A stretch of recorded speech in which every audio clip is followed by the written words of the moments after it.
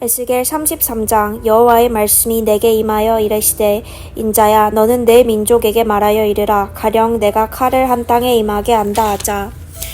그 땅 백성이 자기들 가운데의 하나를 택하여 파수꾼을 삼은 그 사람이 그 땅에 칼을 임함을 보고 나팔을 불어 백성에게 경고하되 그들이 나팔 소리를 듣고도 정신 차리지 아니하므로 그 임하는 칼의 제거함을 당하면 그 피가 자기의 머리로 돌아갈 것이라.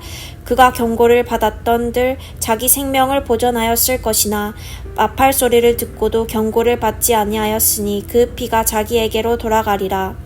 그러나 칼이 임함을 백수꾼이 보고도 나팔을 불지 아니하여 백성에게 경고하지 아니하므로 그 중에 한 사람이 그 임하는 칼에 제거당하면 그는 자기 죄악으로 말미암아 제거되려니와 그 죄는 내가 파수꾼의 손에서 찾으리라. 인자야 내가 너를 이스라엘 족속의 파수꾼으로 삼음이 이와 같으니라. 그런즉 너는 이 내 입의 말을 듣고 나를 대신하여 그들에게 경고할지어다. 가령 내가 악인에게 이르기를 악인아 너를 반드시 죽으리라 하였다 하자. 내가 그 악인에게 말로 경고하여 그의 길에서 떠나게 하지 아니하며 그 악인은 그의 죄악으로 말미암아 죽으려니와 내가 그의 피를 내 손에서 찾으리라. 그러나 너는 악인에게 경고하여 돌이켜 그의 길에서 떠나라고 하되 그가 돌이켜 그의 길에서 떠나지 아니하면 그는 자기 죄악으로 말미암아 죽으려니와 너는 내 생명을 보존하리라. 그런즉 인자야 너는 이스라엘 족속에게 이르기를 너희가 말하여 이르되 우리의 허물과 죄가 이미 우리에게 있어 우리로 그 가운데에서 쇠퇴하게 하니 어찌 능히 살리오 하거니와 너는 그들에게 말하라. 주 여호와의 말씀이니라. 나의 삶을 두고 맹세하노니 나는 악인이 죽는 것을 기뻐하지 아니하고 악인이 그의 길에서 돌이켜 떠나 사는 것을 기뻐하노라. 이스라엘 족속아 돌이키라. 너희 악한 길에서 떠나라. 어찌 죽고자 하느냐 하셨다 하라. 인자야 너는 내 민족에게 이르기를 의인이 범죄하는 날에는 그 공의가 구원하지 못할 것이요 악인이 돌이켜 그 악에서 떠나는 날에는 그 악이 그를 엎드러뜨리지 못할 것인즉 의인이 범죄하는 날에는 그의 의로 말미암아 살지 못하리라. 가령 내가 의인에게 말하기를 너는 살린다 하였다 하자. 그가 그 공의를 스스로 믿고 죄악을 행하면 그 모든 의로운 행위가 하나도 기억되지 아니하리니 그가 그 지은 죄악으로 말미암아 곧 그 안에서 죽으리라. 가령 내가 악인에게 말하기를 너는 죽으리라 하였다 하자. 그가 돌이켜 자기의 죄에서 떠나서 정의와 공의로 행하여 저당물을 도로 주며 강탈한 물건을 돌려보내고 생명의 율례를 지켜 행하여 죄악을 범하지 아니하면 그가 반드시 살고 죽지 아니할지라. 그가 본래 범한 모든 죄가 기억되지 아니하리니 그가 반드시 살리라. 이는 정의와 공의를 행하였음이라 하라. 그래도 내 민족의 말하기를 주의 길이 바르지 아니하다 하는도다. 그러나 실상은 그들의 길이 바르지 아니하리라. 만일 의인이 돌이켜 그 공의에서 떠나 죄악을 범하면 그가 그 가운데에서 죽을 것이고 만일 악인이 돌이켜 그 악에서 떠나 정의와 공의대로 행하면 그가 그로 말미암아 살리라. 그러나 너희가 이르기를 주의 길이 바르지 아니하다 하는도다. 이스라엘 족속아 나는 너희가 각기 행한 대로 심판하리라 하시니라. 우리가 사로잡힌 지 12째 해 10째 달 5째 날에 예루살렘에서부터 도망하여 온 자가 내게 나와 말하기를 그 성이 함락되었다 하였는데 그 도망한 자가 내게 나오기를 전날 저녁에 여호와의 손이 내게 임하여 내 입을 여시더니 다음 아침 그 사람이 내게 나올 그때에 내 입이 열리기로 내가 다시는 잠잠하지 아니하였노라. 여호와의 말씀이 내게 임하여 이르시되 인자야 이 이스라엘이 이 황폐한 땅에 거주하는 자들이 말하여 이르기를 아브라함은 오직 한 사람이라도 이 땅을 기업으로 얻었나니 우리가 많은즉 더욱 이 땅을 우리에게 기업으로 주신 것이 되느니라 하는도다. 그러므로 너는 그들에게 이르기를 주 여호와께서 이같이 말씀하시되 너희가 곧 고기를 핏째 먹으며 너희 우상들에게 눈을 들며 피를 흘리니 그 땅이 너희의 기업이 될까 보냐. 너희가 칼을 믿어 가증한 일을 행하며 각기 이웃의 아내를 더럽히니 그 땅이 너희의 기업이 될까 보냐 하고 너는 그들에게 이르기를 주 여호와께서 이같이 말씀하시되 내가 나의 삶을 두고 맹세하노니 황무지에 있는 자들은 자는 칼에 엎드러뜨리고 들에 있는 자는 들짐승에게 넘겨 먹히게 하고 산성과 굴에 있는 자는 전염병에 죽게 하리라. 내가 그 땅이 황무지와 공포의 대상이 되게 하고 그 권능의 교만을 그치게 하리니 이스라엘의 산들이 황폐하여 지나갈 사람이 없으리라. 내가 그들이 행한 모든 가증한 일로 말미암아 그 땅을 황무지와 공포의 대상이 되게 하면 그때에 내가 여호와인 줄을 그들이 알리라 하라.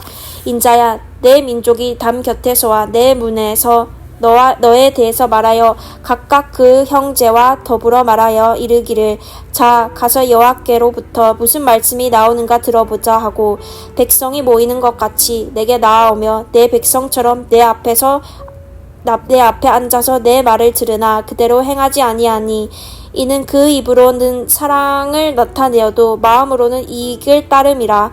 그들은 내가 고운 음성으로 사랑의 노래를 하며 음악을 잘하는 자 같이 여겼나니 내 말을 듣고도 행하지 아니하거니와 그 말이 응하리니 응할 때에는 그들이 한 선지자가 자기 가운데에 있었음을 알리라. 아멘.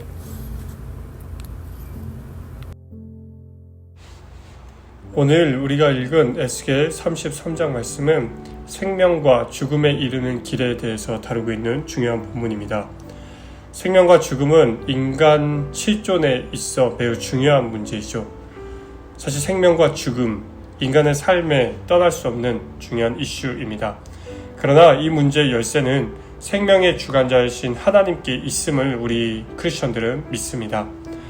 하나님은 죄인인 인간이 죽음 곧 멸망에 이르지 않고 영생에 이르기를 원하고 계시고 생명에 이르는 길은 생명의 주관자이신 하나님의 요청, 즉 예수 그리스도를 믿는 믿음, 복음에 반응하는 것임을 우리는 복음의 메시지를 통해서 잘 알고 있습니다.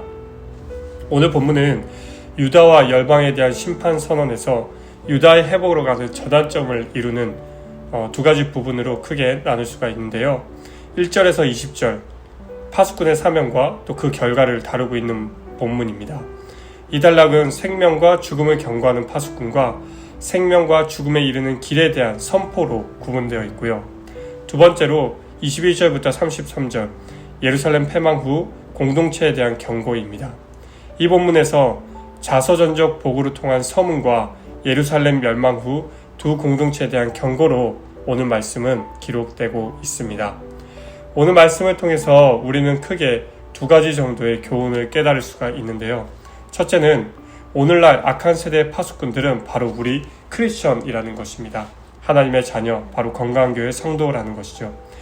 그리스도인들이 지금 이 세대에 살고 있는 상황 가운데서 전해야 할 메시지는 구원의 기쁜 소식뿐만 아니라 하나님의 심판에 대한 경고를 우리는 반드시 선포해야 합니다. 선지자들은 항상 구원, 회복의 메시지를 선포하기 전에 악한 세대를 향한 하나님의 심판에 대해서 경고를 했습니다. 뿐만 아니라 신약의 전야들도 한결같이 장차 다가올 심판의 때를 경고했죠. 그때 각 사람들의 행위대로 심판이 있을 것을 밝히고 있는 것입니다. 바울도 벨릭스 앞에 담대히 장차 다가올 심판을 선포했습니다. 따라서 심판과 구원은 따로 분리된 주제가 아니라 동전의 양면과 같습니다. 심판이 해결되고 심판이 선포되어야 바로 구원이 이루어지는 것이고 구원이 필요한 궁극적인 이유는 바로 심판이 있기 때문인 것이죠. 따라서 지금 세대의 파수꾼으로서 우리 교회 성도님들은 하나님의 심판, 즉 경고의 메시지를 전하는데 두려워하지 않고 그것을 전하는 일이 사명임을 깨달아야 합니다. 단순히 예수를 믿지 않으면 지옥에 갈 것이라는 예수천당 불신지옥이라는 올드한 메시지를 가감 없이 선포하는 것이 아니라 하나님께서 우리에게 허락해 주신 강력한 메시지인 복음의 메시지를 하나님이 우리에게 허락해 주신 지혜를 가지고 부드럽고 지혜를 전해야 하는 메신저로서의 역할을 우리는 감당해야 하는 것이죠. The gospel is so powerful, but the messenger is not. 하나님의 복음은 강력하지만 우리 메신저로서는 지혜롭고 그리고 부드럽게 하나님의 심판을 바로 전해야 하는 것입니다. 두 번째로 우리가 깨달을 수 있는 것은 역사는 하나님의 주권적 행동의 결과라는 것입니다. 이스라엘 백성은 예루살렘 멸망이라는 치욕의 역사적 사건을 아전 인수격으로 해석했습니다. 이스라엘 땅에 남아있는 자들은 땅을 기업으로 받도록 남겨진 축복받은 자들로 해석한 것이죠. 그래서 포로지 바빌론에 거하는 자들은 예언의 성취로서 역사적 사건을 경험했으면서도 하나님의 말씀에 관심이 없었습니다. 그런 측면에서 우리는 어디에 관심을 두고 있는지 살펴보아야 합니다. 이스라엘 땅에 남겨진 자들처럼 수가 많음을 내세우면서 현세 우리의 삶의 복에 집착하는 자들은 아닌가?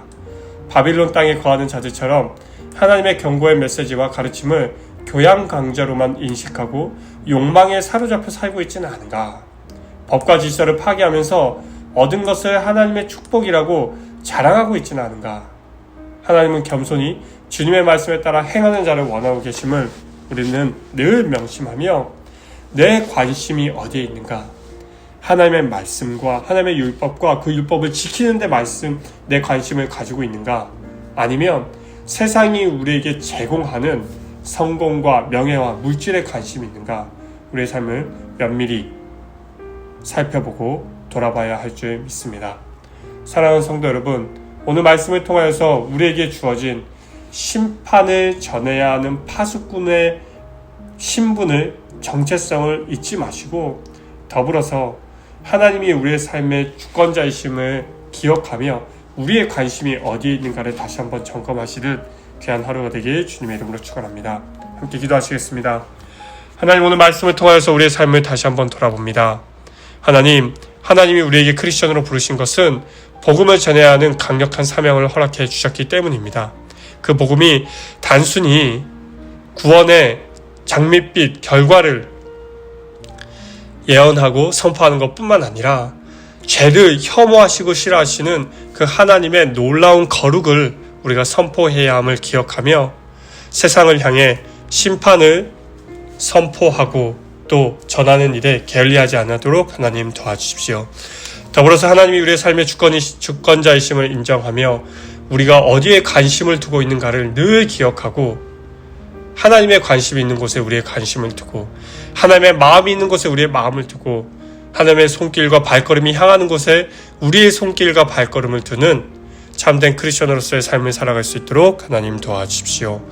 오늘 하루도 그렇게 이끄실 하나님의 일하심을 기대하며 거룩하신 예수님의 이름으로 기도합니다. 아멘.